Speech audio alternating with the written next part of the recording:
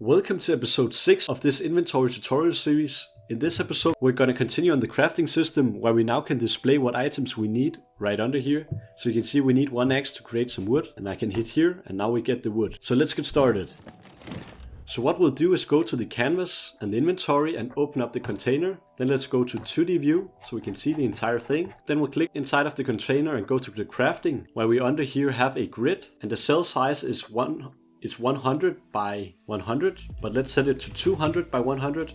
And let's now play the game. And now the button is larger. So let's under that add the required items. So let's also set the Y to be 120 instead. So it's a bit bigger. Then let's go to our crafting button right here. And right now it's this. And what we'll do is right click on this, go to UI and add an image. Right now the image is on top of the other one. Let's just make it black so we can see it.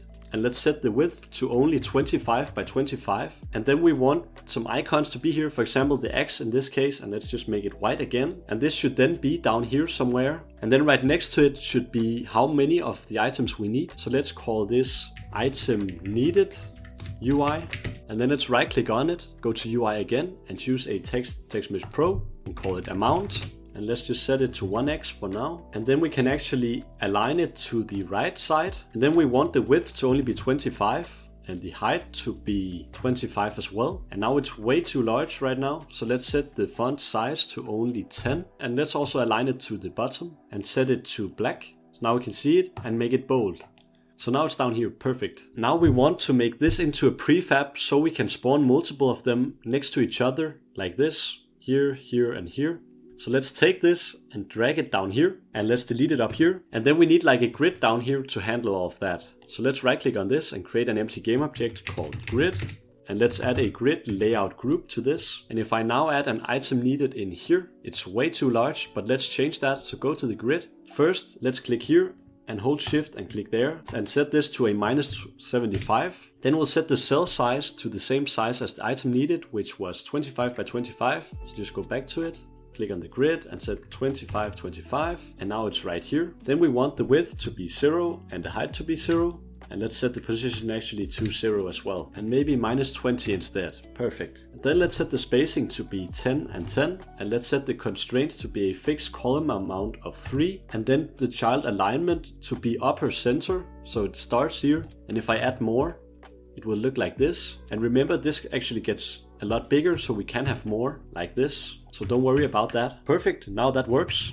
So now we have this one with our grid, and we can just spawn the item needed and change the sprite and also the amount. So let's click back on scenes, and we'll now open up the scripts and open up the inventory script. In here in our populate crafting grid, we will handle what we just created. So when we spawn our button object, we want to also populate this button object with the required items. So after we've done all of this, we can down here add another for each loop, where we will go through each of the items in the recipe. So in our recipe we have this ingredient. So we will do for each ingredient, and let's call it ingredient, in the recipe we're looping through right now, .ingredients. Then we need a reference to this item needed prefab we've created. So I'll just scroll all the way to the top up to crafting right here, where we can add another public game object called item needed UI prefab.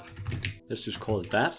Let's copy it. Scroll back down here to our for each loop, where we will now instantiate this item needed UI prefab, and we will set its parent object to be this button object .transform, like so. And actually no, it won't be the button object, it will be the button object .transform .get child. And in this case it will be the number 1 index child, because let's look in Unity. In here we have our crafting button, and this is child 0 and this is child 1. So grid 1 is child 1, and that's why we write this. Then we need to set the image for this item. So let's just do a game object needed item equals this.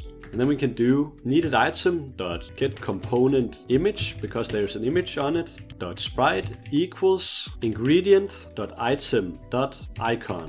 Then we also need to set the text, so we can do needed item dot get component again, text mesh pro GUI. So now we have the text, and we can do dot text equals again the ingredient dot amount dot toString. And then we also need to add an x, so we can just do this. We can do x plus this.